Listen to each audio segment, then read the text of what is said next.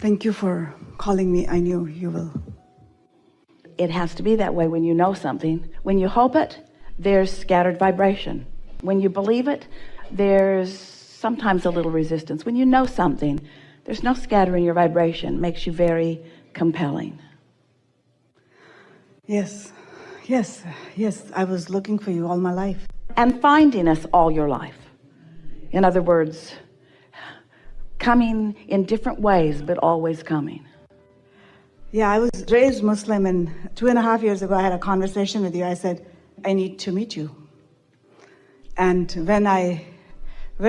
cut a long story short, when I heard Esther maybe a few months ago, I knew it was you, and I met you May 9th in Philadelphia, and then very strange events 2 days ago. I had a very important meeting in Indiana.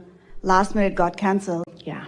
I was going to go to Chattanooga, and I heard you saying, come to San Francisco, and here I am. It's very strange. It's actually normal.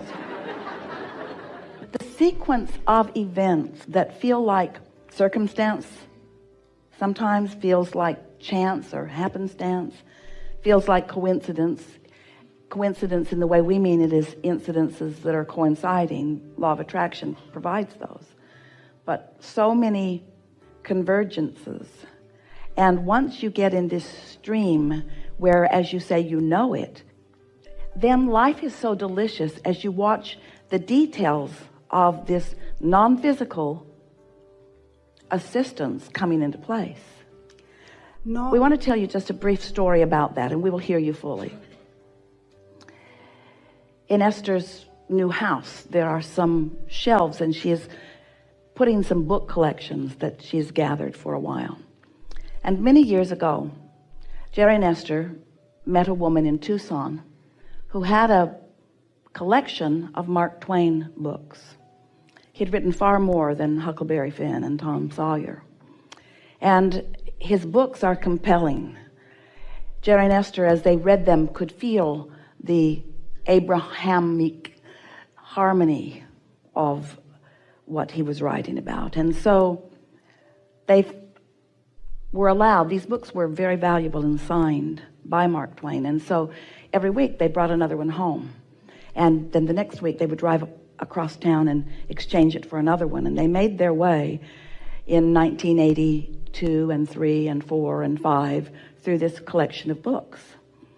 And Esther always said, one day I will own a collection like that. And so the other morning she woke up, and in her mind was Mark Twain. Just in her mind, first thing when she woke up. So she went to the internet, made a few keystrokes, and found the full collection on eBay. Pushed the button and ordered it. And then Esther and her friend went to lunch. And while they were at lunch, Esther thought about this antique store that is around the corner, where she had ordered a lamp that she hadn't picked up yet. And she thought, well, let's go and see if the lamp is ready. And she walked in, and in this collection of books that Jerry and Esther had read, the one that stood out the most was Recollections of Joan of Arc. Mark Twain had gone to France and had researched the archives and had written what Jerry and Esther believed to be a very authentic rendition of what took place. And it had been the most moving, touching thing that they'd ever read, with Joan of Arc doing the same thing that Esther is doing. The vibrational frequency felt exactly the same. It felt so family familiar.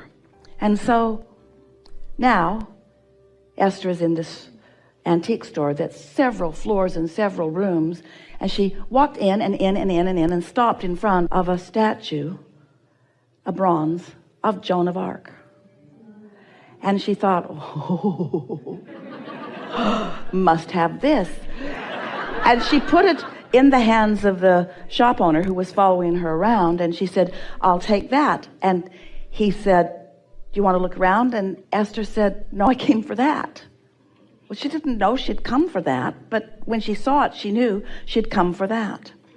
The night before, the gardener was looking up at the house that's being painted, and a new piece of iron has been painted on the top, and he said, that looks like a Esther thought he said the word bull.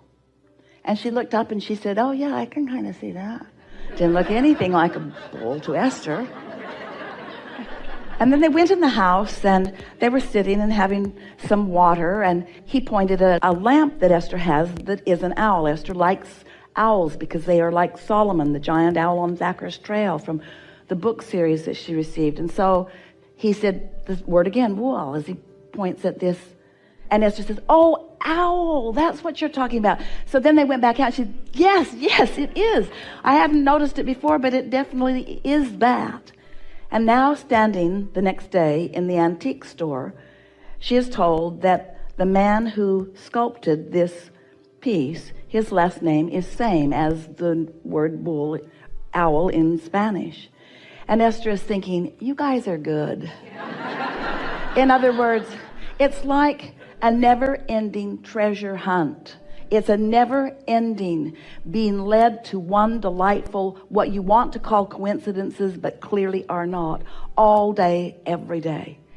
Every one of us knowing every one of you, knowing what you want and where you are in relationship to what you want. And the more open you are, then the more finely tuned these fun things can occur, so that you can begin to first understand that we are all in this together. Next, let's state it more bluntly, you are never on your own. Next, state it even more bluntly, it matters what you want, and all of us care about what you want, and all of us are helping you to get what you want.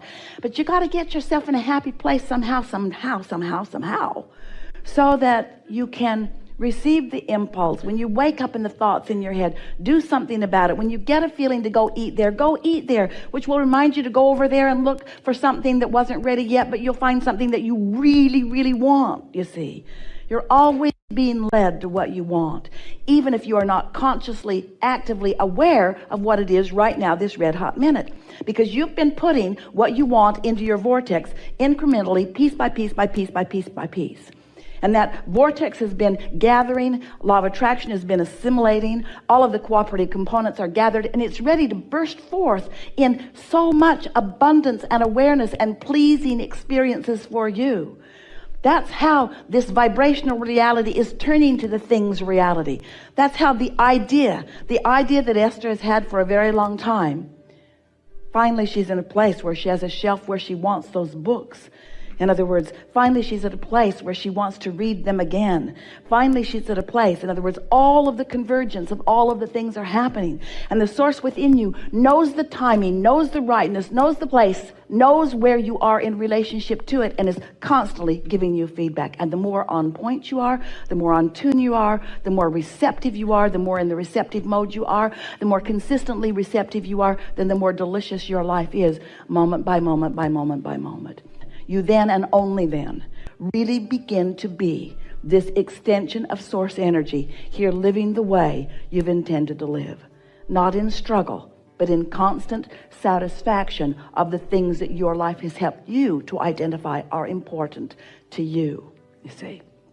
And along with that comes this unconditioned, which is what an emotion is. It's the turning the thought to the thing before it's really a thing, turning the thought to a feeling before the feeling becomes the condition. It's that unconditioned, that emotion of worthiness that then just washes over you. You just have to feel the importance that you are to source. You just have to know if things that on the human scale of events could be that insignificant, matters that much, that source is guiding you step by step, impulse by impulse. You have to know how important you are to source. Yeah. And so Can I ask my question? yeah, All my life, I would say, it doesn't matter what faith you are, if you look at a person and you don't see God in them, check your faith. But my question is, 2 months ago, I came here for a retreat. I'm a survivor of incest. I'm a child psychiatrist, and I came here with my college friends. They're all physicians, and I'm 48 now, and I fell in love with one of my college mates, and we had this relationship. But 2 months ago, he broke up with me here. We were here for 2 days, and so that's what happened. And back and forth in last 2 days or last week what happened, the way events happened, I'm very busy and there was no chance that I could come here. So this 2 days cocoon where nobody except for a friend of mine knows that I'm here because my phone would never stop. People would be looking where I went. I'm driving my car and I'm saying I'm going to Tennessee. A truck in front of me says Tennessee, and I started paying attention. And I'm thinking it's happening, but your voice, I'm always listening. You started saying something which only me and my daughter would talk. And then you said, don't go there and your lover will come to you. A truck came by side, it says Chattanooga, Tennessee, and it goes and the number plate says doctor is out. I'm just going crazy.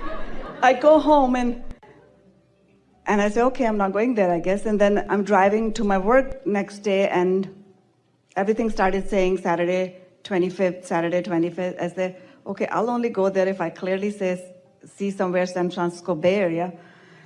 And my phone rings and it says San Francisco Bay Area. And a travel agent says, are you looking for business class tickets to travel to? So, I mean, no, travel agents don't usually call these days. So, sometimes you're denser than others. Sometimes you get it on the first hint. Sometimes you get it on the second hint. Some people never get it at all. No, I'm already sold because I know you who are. So I called my assistant. I said, okay, buy me that seminar and book the hotel. And I didn't know where the seminar was. So I come here, and that's when I looked, and I checked in, and as I'm walking in, and I'm realizing this is the hotel, and I checked into the room, and it was the same room where I was staying. This is better than, maybe I'm too thick. Maybe my IQ is 50, I don't know. I'm board certified physician. But my question is, I'm very happy. Other than, I know this person, I'm in love with him. I get everything. It's all physical and we're non-physical, and I'm fully satisfied. I come from a third world country going to, I achieved everything and I want no more, but I want everything. I get all of that. But now what is my question? Here I am. You called me. On the phone. That actually is not true. We answered you. You called us. True, I did 2.5 years. In other words, it's in your vortex. It's your vortex that's being satisfied, not ours. True. There's so much more to it. I woke up and there's a humming, like, this is crazy stuff. This is science fiction. I don't know what it is. This is universal response to powerful desire. And everything that unfolds is the explanation of what your habit of vibration is in relationship to what your vibration of desire is. As life starts unfolding in these ways that you don't miss, and you start acknowledging the assistance isn't the right word because you don't need help, the cooperation of the universe in response to the dominance of what's going on within you.